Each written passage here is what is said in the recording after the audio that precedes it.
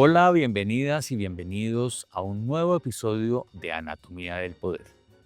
Recientemente, la Jurisdicción Especial para la Paz, JEP, produjo sus dos primeras sentencias.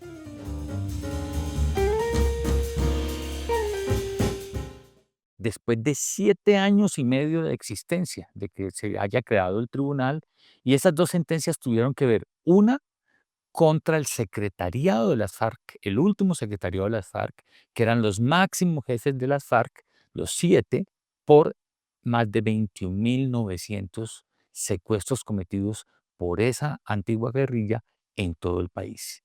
Y la otra sentencia fue contra 12 militares del batallón La Popa de Valledupar por falsos positivos cometidos en el norte del Cesar y el sur de La Guajira, 135 casos. Para hablar de ese tema, invitamos hoy al abogado Germán Romero Sánchez, quien tiene una amplia experiencia en defensa de derechos humanos, más de 25 años de trabajo en derechos humanos y quien hace parte de la red de defensores y defensoras de derechos humanos DH Colombia. Gracias, Germán, por aceptar nuestra invitación. No, Hernando, a ti por la invitación para hablar de estos temas que son tan necesarios para el país, no solamente por la rendición de cuentas, sino pues para saber cuál es el camino definitivamente de construir caminos de paz en Colombia, ¿no? Y de dejar atrás tantos años de violencia sociopolítica, de conflicto armado, pero en especial de empezar a ponerle atención a la gente que más ha sufrido esto. Bueno, entonces, dicho lo anterior, vamos a empezar por una pregunta más de carácter general y ahí vamos aterrizando. ¿Usted cómo vio esas dos sentencias? Contra las FARC y contra los militares por falsos positivos. Bueno, antes de referirme puntualmente a las sentencias, creo que es importante contigo y con la audiencia decir desde donde yo hablo, ¿no? Yo hablo desde una posición de abogado, defensor de derechos humanos, fundamentalmente que ha hecho litigio en graves violaciones, especialmente en casos de fuerza pública. Posteriormente hemos acompañado algunos casos ya de restitución de tierras, de violencia de género, de tolerancia estatal a la violencia contra la mujer y algunos acompañamientos a casos por otros actores del conflicto armado interno. Y ha litigado ante la JEP, además representando VIP. Litigo actualmente ante la Jurisdicción Especial para la Paz con una particularidad y es que la inmensa mayoría de los casos que yo he tenido no han tenido ningún tipo de priorización, sino han ido por las rutas que le llaman o no sancionatorias o no priorizadas. De eso ya seguramente pondré el ejemplo, pero es importante y por honestidad decir que yo me paro desde esa posición, litigo ante la JEP actualmente. Desde los albores de la JEP tuvimos reuniones con la primera Secretaría Ejecutiva planteando algunos temas. A partir del diálogo con algunos colegas y con algunas personas muy valiosas en la defensa de derechos humanos, hicimos observaciones en el marco de las discusiones que se daban en las negociaciones de La Habana sobre cuál podría ser este mecanismo de justicia transicional y bueno, así como en algunos momentos se han reconocido algunas acciones positivas en el marco de la búsqueda de la verdad y la justicia por la jurisdicción, también hemos planteado de manera pública y también dentro del procedimiento de la JEP situaciones que consideramos que son críticas y que deben merecer la atención no solo de la jurisdicción, sino también del país. Dicho eso, eh, creo que era más que necesario que se empezaran a proferir estas decisiones. La jurisdicción había argumentado públicamente que no las había podido presentar en la medida en que el gobierno nacional o que el Estado colombiano no había dado las condiciones para que las sanciones propias se pudieran cumplir. Pensémoslo de manera pedagógica como que no estaban las condiciones del régimen de cumplimiento de las sanciones, como de un régimen penitenciario, aunque no estamos hablando aquí de temas penitenciarios para que se pudieran cumplir y que eso es una discusión que donde el gobierno nacional y los entes territoriales tenían mucho que poner, porque ellos por más que pudieran, podían proferir sanciones, pero no tenían cómo cumplirlas. Ese fue como el argumento público más fuerte. Yo creo que hay argumentos adicionales frente al tiempo que se tomaron en presentar estas decisiones. Creo que la JEP tenía una idea al inicio que se ha ido transformando dentro de sus procedimientos. No es la misma JEP que se negoció en La Habana, la que se negoció en el Teatro Colón, la que se reglamentó en los decretos, en los actos legislativos y en las leyes, y la que está expidiendo las sentencias es una JEP que cada vez ha sido más cambiante. Y ese tema del tiempo era muy importante para las personas que se han acreditado individualmente como familias y como colectivos dentro de la JEP, pero también para el país y para estos modelos de justicia transicional que Colombia es un laboratorio gigantesco, ¿no? Entonces, Esta es la segunda experiencia de justicia transicional que tenemos después de el proceso con los paramilitares en el 2005 y ahora tenemos la JEP. a lo que ahora le llaman justicia transicional, a partir como de las normas y de las reglas que ha presentado Naciones Unidas, son como las dos experiencias en mecanismos penales más claras, pero nosotros en últimas hemos tenido experiencias transicionales, más no de justicia De hace rato. desde mediados del siglo XX. O Ajá. sea, aquí ya han habido amnistías a militares desde después de Rojas Pinilla por graves violaciones de derechos humanos y por lo que en ese momento ya se esbozaban como crímenes de guerra. Y pues progresivamente es de conocimiento público, pues el tema de amnistías a integrantes y a movimientos guerrilleros, insurgentes, y bueno, ya más recientemente, como tú lo planteas, justicia y paz y este acuerdo, y cada vez seguimos explorando otros. Tenemos otro muy importante que es todo el tema de restitución de tierras, que es un mecanismo transicional, pero de diferente índole. Entonces, en ese tema del tiempo con las sentencias de la jurisdicción, creo que era un elemento importante.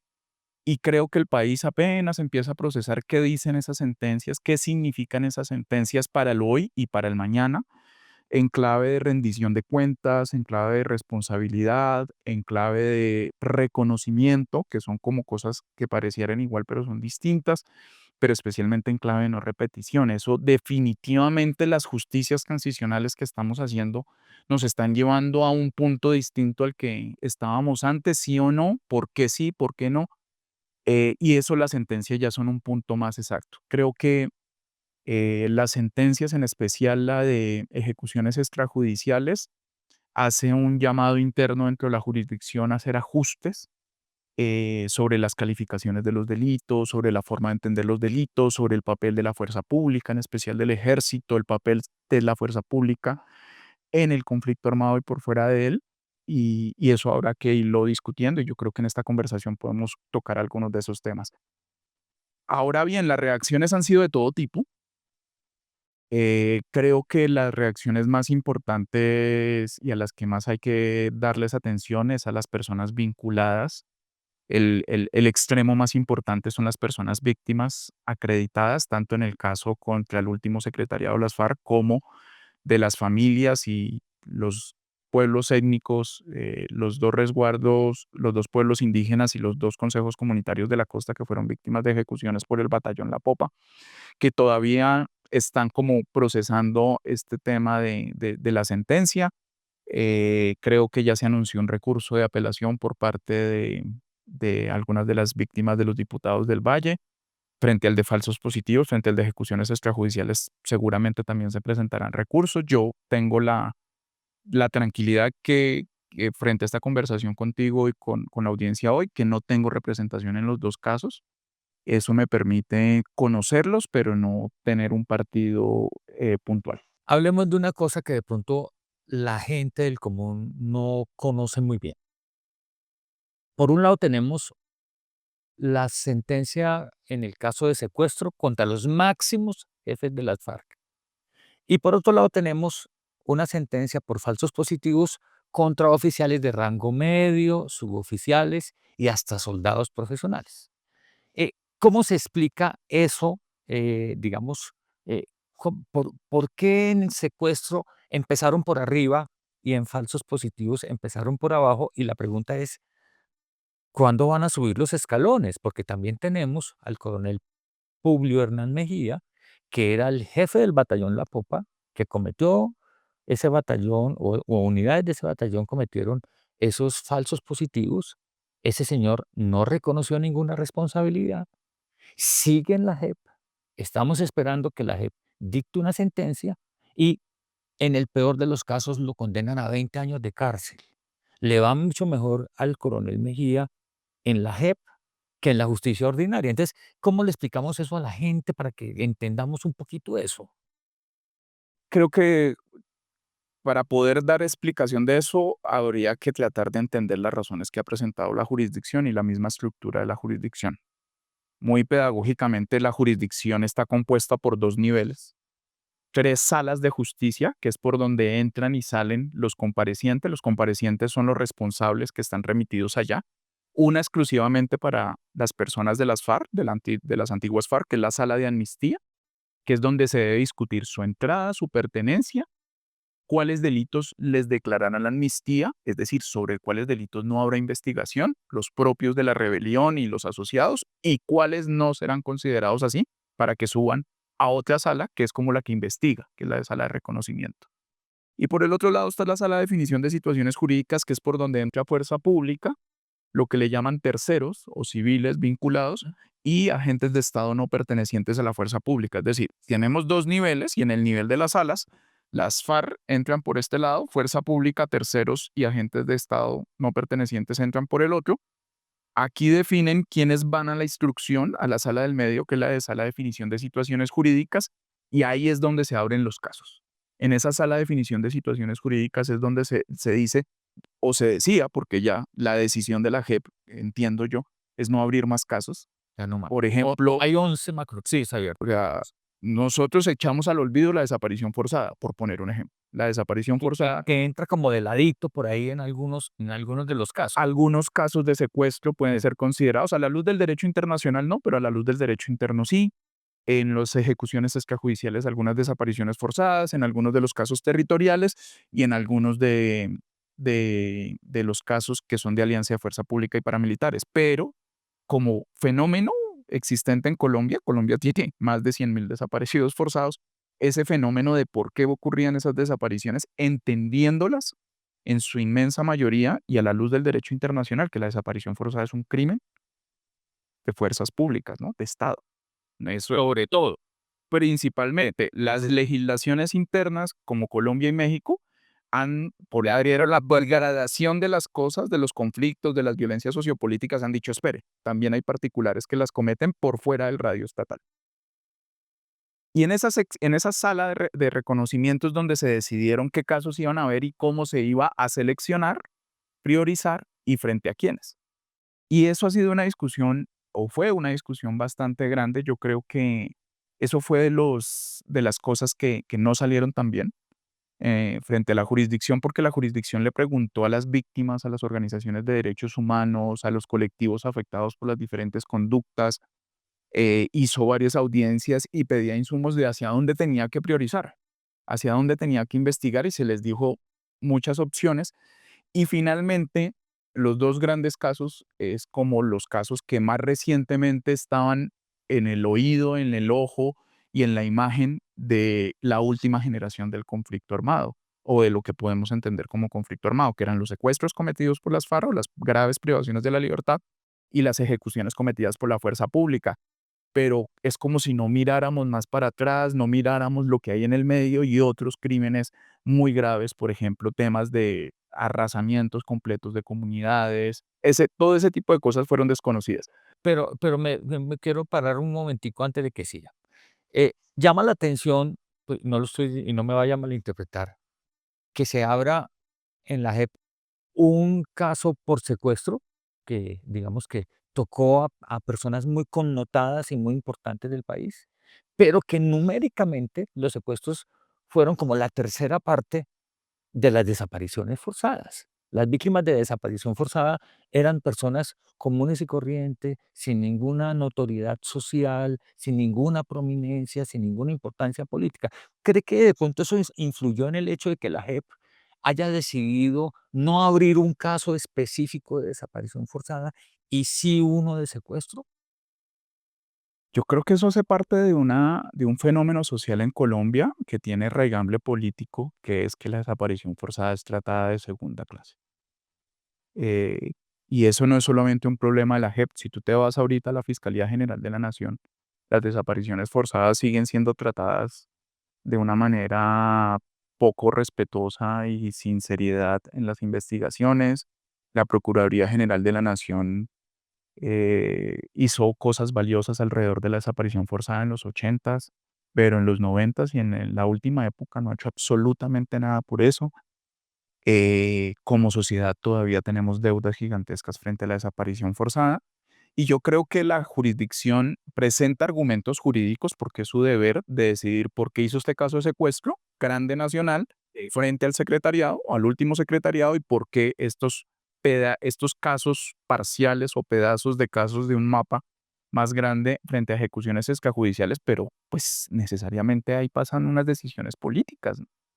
Había un país que yo creo que unánimemente había rechazado las privaciones de la libertad y los secuestros que había cometido las FARC y que necesitaba una respuesta, y eso es un elemento político, y no lo quiero poner como político politiquero, sino por poder, en el amplio sentido de pues, ahí hay un escenario de decisiones políticas de qué se tiene que hacer, y las ejecuciones también en algún momento, en alguna medida, el periodo que se decidió también respondían a eso.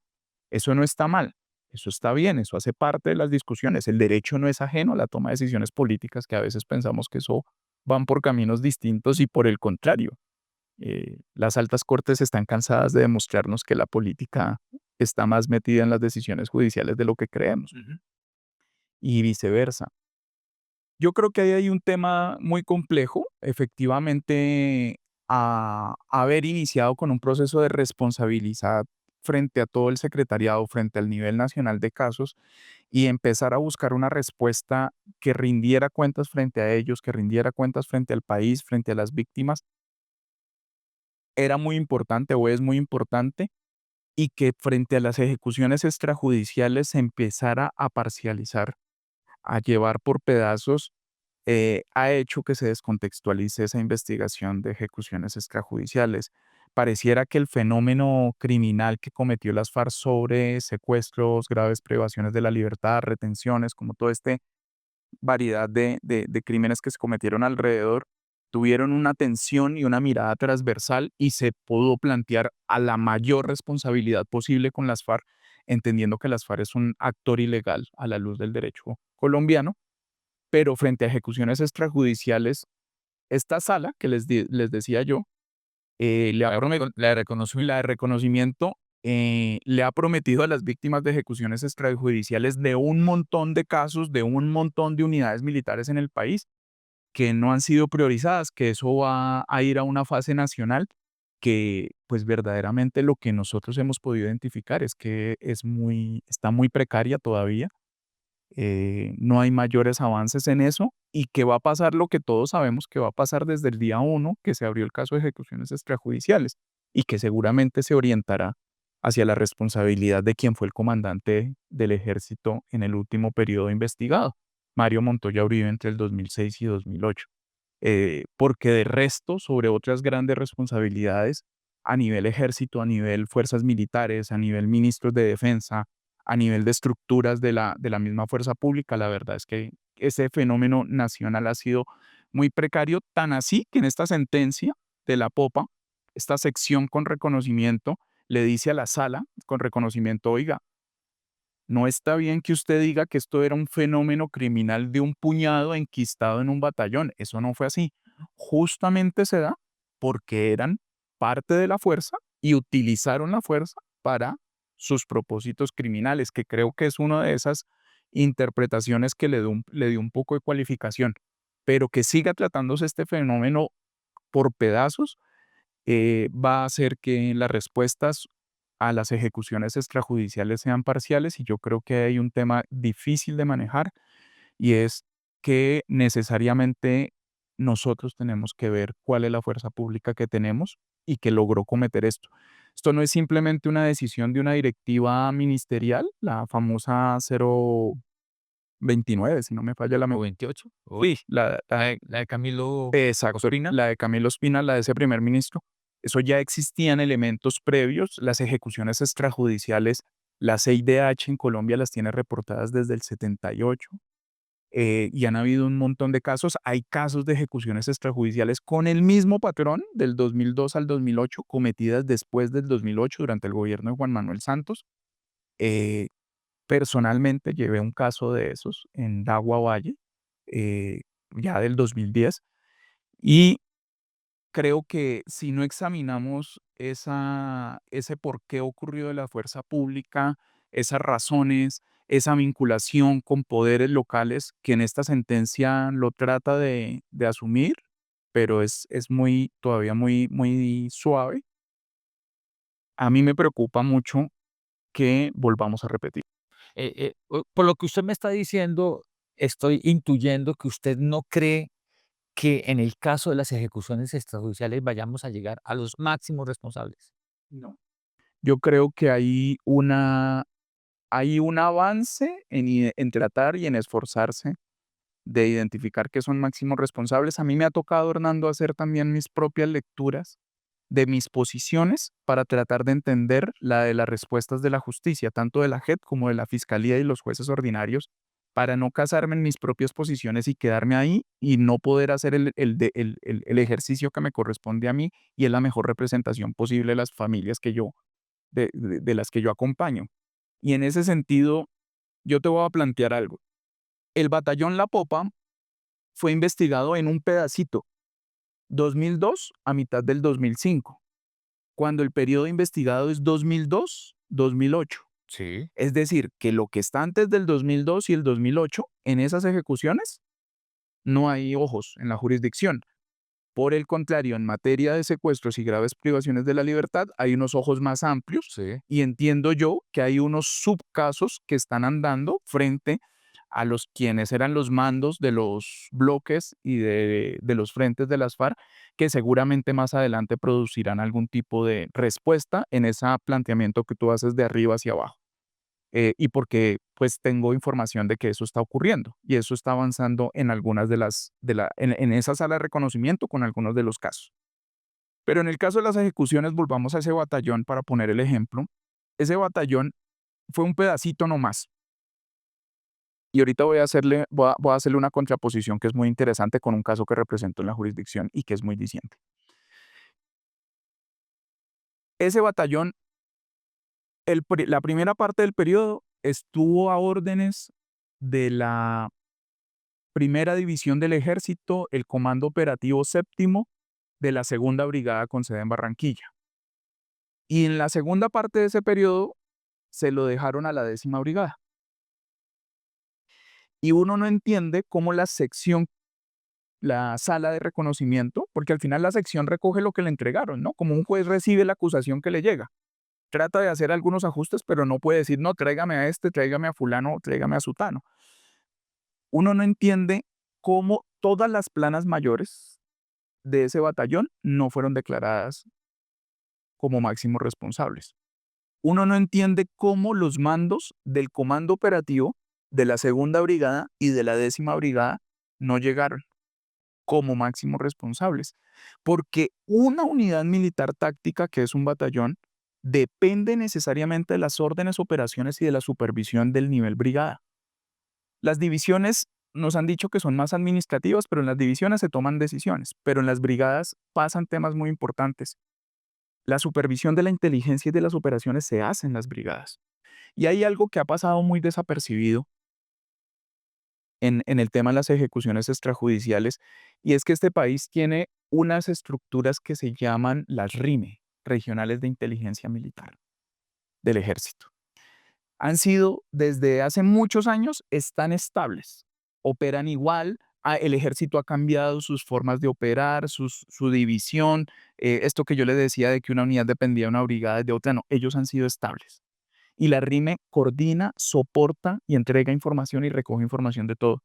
A nosotros no nos pueden decir que mataron a miles y miles de muchachos en ese periodo y estas unidades no sabían, no aportaban y no conocían. Entonces sí queda uno con un sinsabor de por qué esa brigada segunda, esa brigada 10ª, ese comando operativo séptimo, toda la plana mayor del batallón La Popa no fue declarada máxima responsable. Cómo ese procedimiento de filtro de más de 140, 150 integrantes del batallón llegó solo a 12 en reconocimiento y 3 que están por la vía del no reconocimiento en el adversarial. Y creo que esas son respuestas que van a quedar en el camino y que no van a poder ser aclaradas. Y el paréntesis que yo quería plantearle es un caso que yo acompaño en la jurisdicción, el único caso que tiene avance, el único de los que yo llevo, es el asesinato de 3 mamos arhuacos en 1990 que venían a la Constituyente y que fueron asesinados por el batallón La Popa y por otra unidad militar que era una brigada móvil entre el sur del Cesar y Valledupar. Es decir, el batallón La Popa no se volvió malo en el 2002. No tenía una estructura criminal que identificaba a indígenas y a otras personas como enemigos para asesinarlos y les servía al poder, porque aquí identificamos que habían una serie de personas que estaban ahí. Entonces, ese tipo de cosas quedan por fuera y ahí uno queda con interrogantes frente al papel de la jurisdicción. ¿Se ha equivocado la JEP en la selección, en la priorización? Yo creo que se ha equivocado en la forma de abordar esa priorización y esa selección, en la medida en que solamente se llevó un criterio que era el cuantitativo de las ejecuciones, por ejemplo, o por algunos de los informes que tenían más preponderancia frente a lo que se ocurría en algunos de los territorios y en algunas de las partes, como puede ser el norte del Cauca, sur del Valle, o pues una situación que sí es muy conocida por todo el país, como la de Urabá, Bajo Atrato y Darién. Eh, y creo que en esa priorización debió haber sido más estratégica, debió haber aprovechado de mejor manera lo que ya existía en justicia ordinaria. Justicia ordinaria es la fuente de donde bebe la jurisdicción, pese a que no lo quiera reconocer, con todos los limitantes que eso tiene. Y eh, esa priorización pudo haber avanzado, por lo menos en los casos de ejecuciones, de una forma a un nivel más alto de forma primigenia. Y en el caso de las FARC, la discusión que se ha presentado por parte de esta antigua guerrilla no tiene que ver con justamente decirles, oiga, si me va a priorizar, prioríceme todos los crímenes y póngame a responder por todos los crímenes de una vez.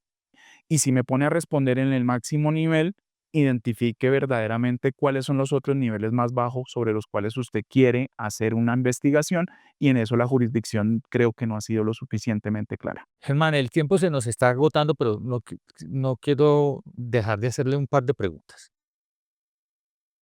Las sanciones propiamente dichas, las sanciones propias, es decir, las sanciones restaurativas que les pusieron a las FARC y que les pusieron a los militares del batallón La Popa. La gente, o mucha gente, o alguna gente en Colombia apenas, como usted lo dijo al principio, está procesando los alcances de la justicia transicional y qué es reconocer verdad en la JEP y por qué no se va a la cárcel. Eh, Seguimos en esa esquizofrenia legislativa de que, por un lado, tenemos la justicia transicional restaurativa y por el otro lado queremos poner altísimas penas por todo tipo de delitos. ¿Cómo resolvemos eso? Yo creo que Colombia, por sus innumerables procesos de violencia de todo tipo, ha permitido y porque se ha ideologizado muchísimo la administración de justicia, porque aquí no hay unas posturas de Estado, sino de gobierno, y cada quien llega y cambia y considera que hay nuevas cosas para hacer y no nos ponemos de acuerdo en lo básico. Yo creo que lo básico debería ser que aquí los criminales respondan en una rendición de cuentas seria y que de ahí para adelante el tema de las sanciones empecemos a ver cuáles son las mejores salidas que humanicen esto, que le respondan a las personas víctimas, a la sociedad, pero también que nos permita empezar a cerrar ciclos. Y eso tiene que ver con una esquizofrenia y haber desquiciado la política criminal. O sea, usted puede tener un muchacho que hace un hurto con violencia en un supermercado. Cuando me refiero con violencia, no es solo con las personas, sino con las cosas mismas, con los aparatos de vigilancia de los supermercados, y ese muchacho puede tener más pena privativa de la libertad que alguien que sea procesado por decenas o cientos de crímenes en la jurisdicción. Eso es absurdo. Eso a la luz de la expresión social que tiene que responderle la justicia se vuelve absurdo. Y por eso la política criminal debía haber jugado un papel más serio ahí. Debía haber constituido un escenario más de Estado y no como una veleta que viene y que va y que cada quien considera esto y considera lo otro, De bandazo en bandazo. que eso es parejo para todos los gobiernos. Eso es desde uno hasta el último. Eh, y eso creo que por ahí pasa. Ahí hay un elemento grave y eso nadie lo está revisando, no lo queremos ver. Y ahorita nos queremos inventar nuevos sistemas de justicia transicional que van a alimentar esta situación y por eso la discusión frente a la responsabilidad penal de menores y todo esto, eso aumenta todas esas discusiones. Pero al final, eh, con que a uno le guste o no le guste, pues se está cumpliendo lo que se pactó, lo que se acordó dentro del acuerdo de paz y necesariamente eso es importante. Si usted asalta, viola y rompe lo que se acordó en el acuerdo, pues va a mandar un mensaje también muy complicado a la sociedad. Estas dos sentencias responden a la ruta de las sanciones propias, no a las adversariales, y en ese sentido le apuesta a un régimen de restricción de libertad que no quedó tan claro en las sentencias. Ese es un reclamo muy sentido de las víctimas. Bueno, dígame esos 5, 6, 7, 8 años, esa configuración territorial o espacial o geográfica de restricción, ¿Dónde te pueden ¿dónde mover? es? Sí. Y eso no está tan claro y eso está diferido en las dos decisiones a que pasen otras cosas, que es la construcción de los proyectos restaurativos, es decir, dónde se van a hacer esas sanciones. Y lo otro tiene que ver con algunas indeterminaciones. Creo que está mucho más asentada la sentencia de Costa Caribe que la de secuestros. En ese sentido, se orienta territorialmente mucho mejor en las acciones frente a algunas poblaciones, territorialmente identificadas y poblacionalmente identificadas, y creo que eso le permite ser más fácil. Pero creo que ahí hay que entender que se está cumpliendo lo que se pactó, que ese pacto tiene muchos líos, que la JEP le ha faltado mayor rigurosidad en torno al tema de las exclusiones. Creo que hoy no haber tenido exclusiones más serias. Nosotros, por ejemplo, impulsamos la exclusión del coronel Robinson González del Río, porque él siguió manteniendo esa línea delincuencial y la podemos acreditar y se logró excluir.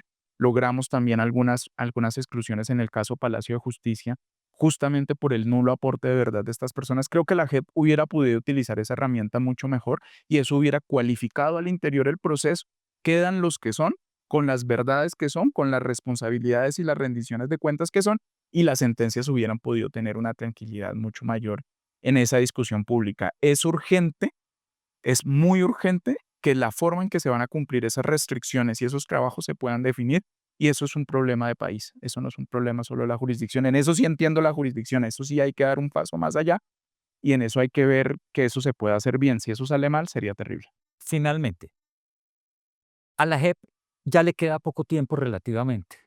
Apenas ha producido 2 sentencias en 11 macrocasos y eso no quiere decir que se haya agotado el tema de secuestro ni se haya agotado el tema de falsos positivos. La JEP se enredó mucho. Digamos, por lo que usted ha dicho, me da la impresión que no ha sido como muy coherente en la selección, en la priorización, en por qué este periodo y por qué no aquel periodo, por qué una mirada amplia en secuestro y por qué una mirada tan restrictiva en falsos positivos. Va a alcanzar la JEP a resolver todo lo que tiene por resolver. Se enredó con el tema del sistema restaurativo, que es una cosa que le corresponde más al gobierno que a la JEP. A la JEP le corresponde es sancionar y el gobierno verá cómo garantiza el cumplimiento de las sanciones. ¿Qué pasa ahí? Frente al sistema restaurativo, una frase muy concreta: llegaron tarde a esa discusión. Esa discusión debió haberse dado desde el día uno.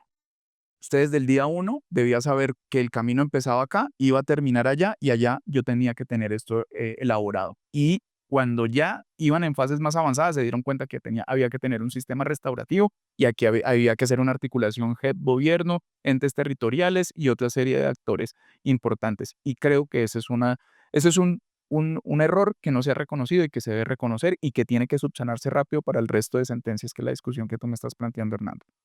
Yo creo que la JEP va a tener que responder por lo menos con una sentencia en cada caso. En los otros macrocasos deberá llegar con una sentencia. No puede abrir casos para no terminar en algún lado. Y ojalá sentencias más cortas, ¿no? Es que ese es el mal colombiano y el mal Claro. latinoamericano, ¿no? Que creemos que por escribir largo somos más eruditos y más eficaces. O deberíamos hacer una versión extendida y una versión acotada. Ya. ¿Qué va a pasar como el informe de la Comisión de la Verdad? Otro de los mecanismos de justicia transicional, que pues ese informe, ¿quién se lo lee? Nadie. O sea, pues son miles de limitaciones donde hay que irlo a leer. O sea, esas sentencias, esos informes, hay que irlos a leer al Uruaco, hay que irlos a leer en el sur del Caquetá, donde ocurrieron los secuestros. Este tipo de cosas es lo que hay que hacer y esas sentencias se vuelven muy enredadas para poder. Si nosotros que estamos metidos en el tema todavía estamos descubriendo pedazos de la JEP que no teníamos claro, imagínense para la gente. Yo creo que van a responder con sentencias en todos los macrocasos, al menos una sentencia saldrá de cada uno de los macrocasos, pero sí pareciera que el tiempo se les estuviera agotando cada vez más, especialmente porque tiene 10 años para esa fase de instrucción y 5 más para la fase de juicio. Y los 10 años ya están a la vuelta de la esquina. Por cumplirse. Ellos tenían un cronograma que se hizo público de cuándo iban a producir las decisiones, que ya se ha ido retrasando justamente por enredar muchas de estas discusiones que se venían dando. Al final yo creo que se van a producir sentencias, esas sentencias deberán ser cualificadas. Ahorita viene un escenario de apelación y es muy particular con la jurisdicción. Cuando tú le reclamas a la jurisdicción algo desde la posición de las víctimas, a mí me lo han respondido, me dicen, tienes razón en los argumentos, pero en el procedimental no, porque yo me rijo por el principio de estricta temporalidad, razón por la cual no le doy la razón en su recurso. Me ha dicho la sección de apelaciones. Y la sección de apelaciones se demora 3, 6 meses, un año, más de un año en resolver un recurso de apelación. Estas dos sentencias irán a apelaciones para que queden en firme 2026, 2027. Ojalá. Y ahí sí la estricta temporalidad no es tan ágil como no se la cobran a los representantes de víctimas y a las víctimas. Entonces yo creo que ese tema del tiempo también va a ser un problema para la jurisdicción.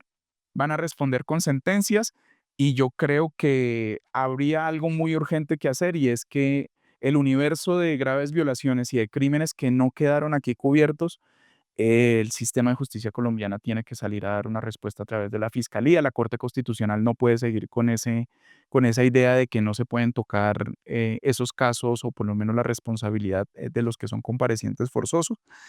Y la Fiscalía tendrá que hacer su trabajo mejor porque si no van a quedar miles y miles de crímenes por fuera. Y me preocupan mucho los casos territoriales. Los casos territoriales son mucho más grandes las violaciones, más transversales, con un contenido más amplio, y ahí uno ve que todavía están muy lejos de las decisiones. Bueno, Germán, pues muchas gracias por haber estado aquí con nosotros. Me parece que nos dio muchas luces sobre este tema tan complejo que es el de la justicia transicional y la JEP. No, gracias a ti y al programa, supremamente interesante que se puedan seguir haciendo estas reflexiones y pues hay que buscar los caminos que cada vez esas reflexiones sean más aterrizadas y lleguen a más personas. Esa es la idea, Germán. Muchas gracias a ustedes por habernos acompañado hoy en Anatomía del Poder. Este episodio fue hecho bajo la dirección de Viviana Bello, con la investigación periodística de Jairo Arenas y de Xavier Farguetón y con la producción de Karen Buitrago. Los esperamos en un próximo episodio para que sigamos haciéndonos preguntas y buscando respuestas sobre los temas de Colombia y el mundo.